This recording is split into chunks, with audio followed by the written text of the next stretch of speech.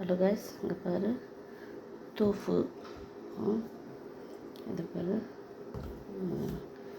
இன்னைக்கு நான் மாபா தோஃபு பண்ணணும்னு இருக்கிறேன். மாபா தோஃபு சூப்பும் பண்ணிக்கலாம், மிசர் சூப்பில் போட்டுக்கலாம். ஓகே கைஸ், மிசர்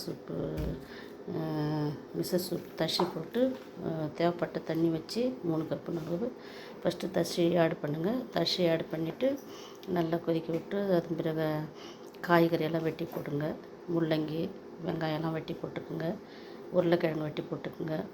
நல்லா வெந்த பிறகு இதை தோஃபு பாதினா ஒன்றுன்னா வெட்டி தோஃபு போட்டு உடனே மிஸ்ஸை கொஞ்சோண்டு 1 ஸ்பூன் மிஸ்ஸு கலந்து பண்ணுங்கள். கூடவே அபிராகு இருந்தால் போடுங்க, நல்லாயிருக்கும்.